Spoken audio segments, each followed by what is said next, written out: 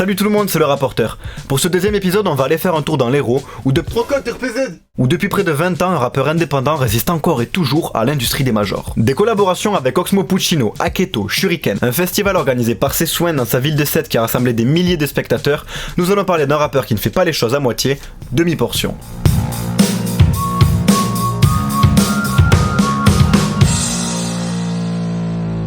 A l'époque, on reconnaissait grâce à ses jeux de guitare répétitifs et sa voix particulière, un immense artiste originaire de Sète, je parle évidemment de Georges Brassens.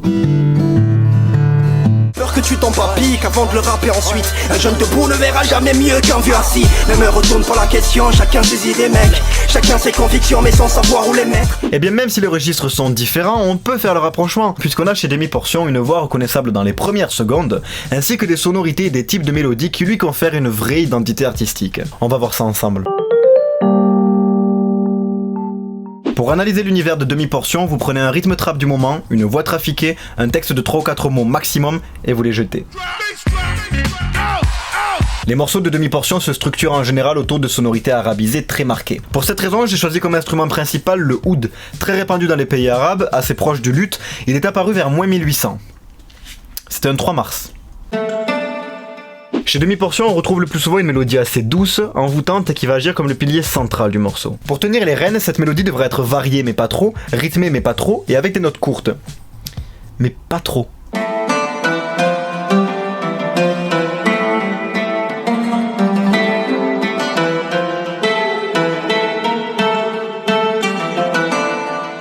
Afin de mettre en valeur la mélodie, on va choisir deux éléments d'ambiance qui vont jouer des notes tenues pour pouvoir mettre en relief le jeu de l'instrument précédent. À gauche, des violons, et à droite, des chœurs féminins qui vont participer à la douceur du morceau.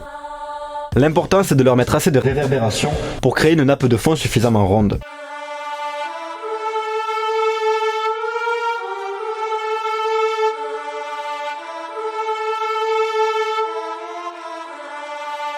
Pour compléter tout ça, on va ajouter une basse assez classique à laquelle on va appliquer une légère distorsion. Pour éviter qu'elle ne prenne le dessus sur les autres instruments, on va augmenter son attaque et lui faire jouer des notes tenues.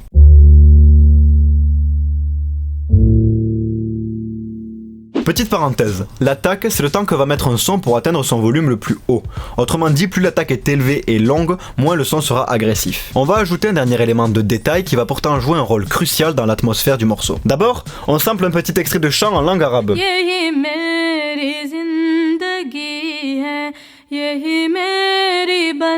Ensuite, on le renverse, on le pitch pour qu'il s'accorde avec nos mélodies, et nous voilà avec une touche mystique et orientale.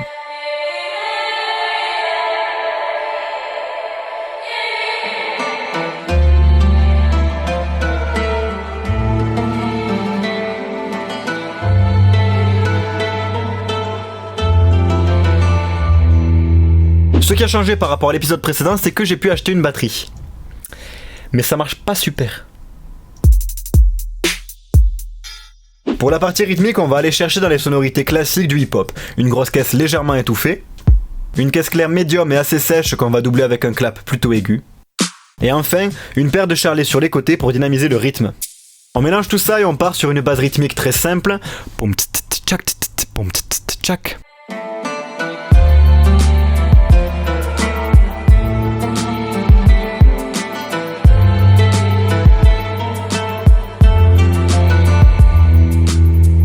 Pour ce qui est du texte, on est à demi-chemin entre le rap engagé, ouvert sur le monde, et la description d'expériences personnelles parfois complexes, à la manière d'un storytelling. Il ne vous reste plus qu'à poser un flow chantant, fort en interprétation et avec un accent du sud, très prononcé. Je vous laisse donc avec le morceau final de type Demi-Portion qu'on a commencé ensemble. Si cette vidéo vous a plu, n'hésitez pas à liker et à vous abonner pour rester informé de la sortie des prochains épisodes. En attendant, je vous remercie pour le visionnage et je vous dis à très bientôt pour un prochain rapport.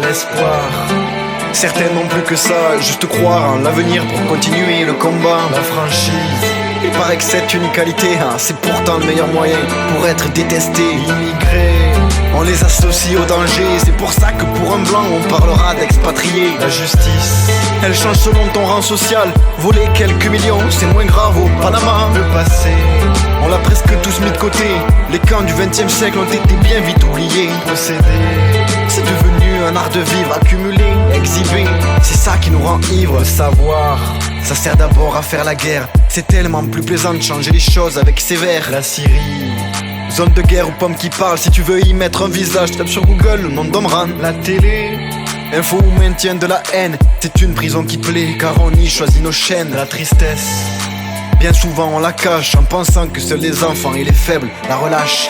Vite, vite, change ta façon de penser. Le monde tourne plus vite qu'il n'y paraît. Derrière les nuages, le soleil attend toujours pour briller. Sois patient, les orages ne font que passer.